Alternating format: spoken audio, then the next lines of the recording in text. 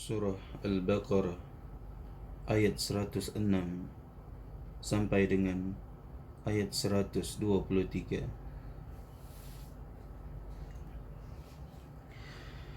A'udzu billahi minasyaitonir rajim. Bismillahirrahmanirrahim. ما ننسخ من آية أو ننسها نأت بخير منها أو مثلها ألم تعلم أن الله على كل شيء قدير ألم تعلم أن الله له ملك السماوات والأرض وما لكم من دون الله من ولي ولا نصير أم تريدون أن تسألوا رسولكم كما سئل موسى من قبل ومن يتبدل الكفر بالإيمان فقد ضل سواء السبيل ود كثير من أهل الكتاب لو يردونكم من بعد إيمانكم كفارا حسدا من عند أنفسهم من بعد ما تبين لهم الحق فاعفوا واصفحوا حتى يأتي الله بأمره إن الله على كل شيء قدير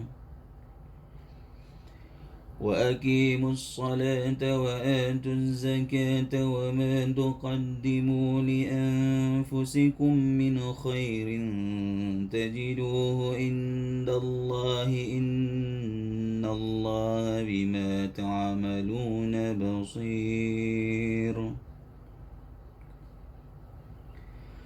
وقالوا لن يدخل الجنة إلا من كان هودا أو نصارى تلك أمانيهم قل هاتوا برهانكم إن كنتم صادقين بلى من أسلم وجهه لله وهو محسن فله أجره عند ربه ولا خوف عليهم ولا هم يحزنون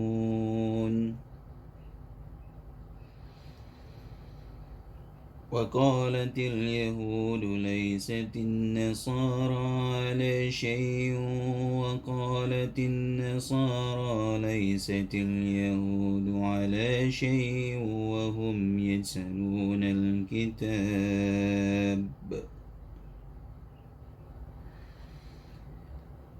كذلك قال الذين لا يعلمون مثل قولهم فالله يحكم بينهم يوم القيامة فيما كانوا فيه يختلفون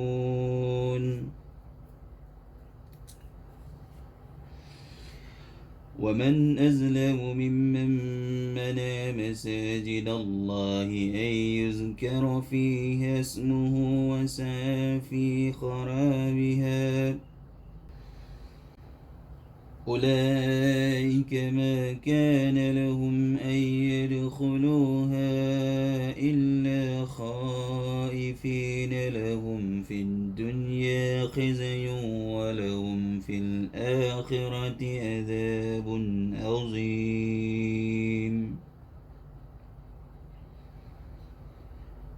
ولله المشرق والمغرب فأينما تولوا فثم وجه الله إن الله واسع عليم وقالوا اتخذ الله ولدا سبحانه بل له ما في السماوات والأرض كل له قانتون بديع السماوات والأرض وإذا قضى أمرا فإنما يقول له كن فيكون.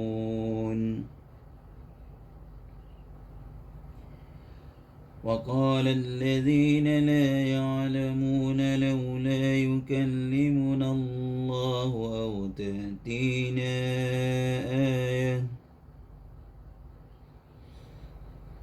كذلك قال الذين من قبلهم مثل قولهم تشابهت قلوبهم قد بينا الآيات لقوم يوقنون. إنا أرسلناك بالحق بشيرا ونذيرا ولا تسأل عن أصحاب الجحيم.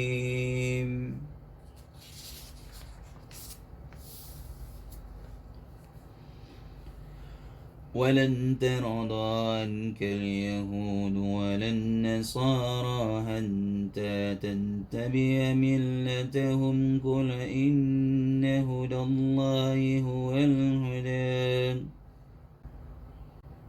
ولئن اتبعت أهواءهم بعد الذي جاءك من العلم ما لك من الله من ولي ولا نصير. الذين آتيناهم الكتاب يتلونه حق تلاوته أولئك يؤمنون به ومن يكفر به فأولئك هم الخاسرون.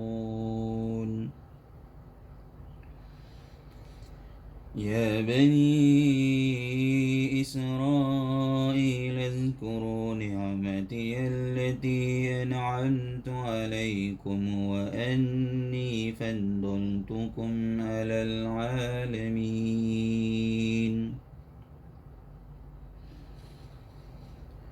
واتقوا يوما لا تجزي نفس عن نفس شيئا ولا يقبل منها عدل ولا تنفعها شفاعة ولا هم ينصرون.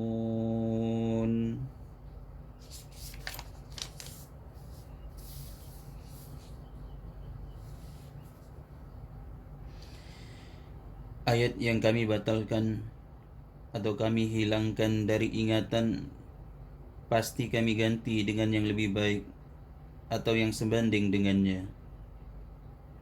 Tidakkah kamu tahu bahwa Allah Maha Kuasa atas segala sesuatu?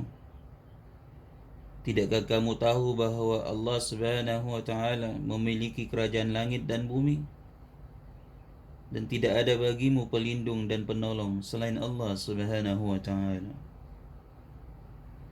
Ataukah kamu hendak meminta kepada Rasulmu Muhammad seperti halnya Musa pernah diminta Bani Israel dahulu? Siapa yang mengganti iman dengan kekafiran, maka sungguh dia telah tersesat dari jalan yang lurus. Banyak di antara ahli kitab menginginkan sekiranya mereka dapat mengembalikan kamu menjadi kafir kembali setelah kamu beriman, karena rasa dengki dalam diri mereka setelah kebenaran jelas bagi mereka. Maka maafkanlah dan berlapang dadalah sampai Allah Subhanahu wa Ta'ala memberikan perintahnya. Sungguh Allah Subhanahu wa Ta'ala Maha Kuasa atas segala sesuatu. Dan laksanakanlah salat dan tunaikanlah zakat, dan segala kebaikan yang kamu kerjakan untuk dirimu, kamu akan mendapatkannya, yakni pahala di sisi Allah Subhanahu wa Ta'ala. Sungguh Allah Subhanahu wa Ta'ala Maha melihat apa yang kamu kerjakan. Dan mereka Yahudi dan Nasrani berkata, tidak akan masuk syurga kecuali orang Yahudi atau Nasrani. yakni orang Yahudi mengatakan mereka saja yang akan masuk surga. Orang Nasrani mengatakan mereka saja yang akan masuk surga. Itu hanya angan-angan mereka. Katakanlah, tunjukkan bukti kebenaranmu jika kamu orang yang benar. Tidak. Siapa yang menyerahkan diri sepenuhnya kepada Allah Subhanahu wa taala dan dia berbuat baik, dia mendapat pahala di sisi Tuhannya dan tidak ada rasa takut pada mereka dan mereka tidak bersedih hati.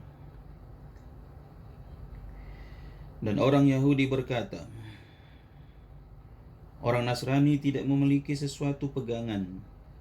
Dan orang Nasrani juga berkata, orang-orang Yahudi tidak memiliki sesuatu pegangan. Padahal mereka membaca kitab. Demikian pula orang-orang yang tidak berilmu berkata seperti ucapan mereka itu. Maka Allah Subhanahu wa taala akan mengadili mereka pada hari kiamat tentang apa yang mereka perselisihkan. Dan siapakah yang lebih zalim daripada orang yang melarang di dalam masjid-masjid Allah untuk menyebut namanya dan berusaha merobohkannya? Mereka itu tidak pantas memasukinya kecuali dengan rasa takut kepada Allah. Mereka mendapat kehinaan di dunia dan di akhirat, mendapat azab yang berat. Dan milik Allah timur dan barat, kemanapun kamu menghadap di sanalah wajah Allah. Sungguh Allah maha luas, maha mengetahui. Dan mereka berkata, Allah mempunyai anak, maha suci Allah. Bahkan miliknya lah apa yang di langit dan di bumi, semua tunduk kepadanya. Allah pencipta langit dan bumi. Apabila dia hendak menetapkan sesuatu, dia hanya berkata kepadanya, jadilah, maka jadilah sesuatu itu. Dan orang-orang yang tidak mengetahui berkata, mengapa Allah tidak berbicara dengan kita atau datang tanda-tanda kekuasaannya kepada kita?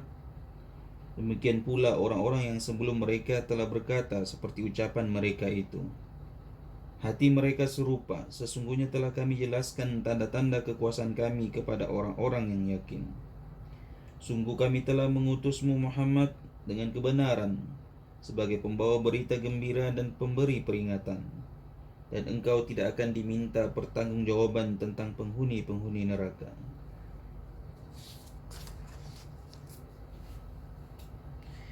Dan orang-orang Yahudi dan Nasrani tidak akan rela kepadamu Muhammad sebelum engkau mengikuti agama mereka.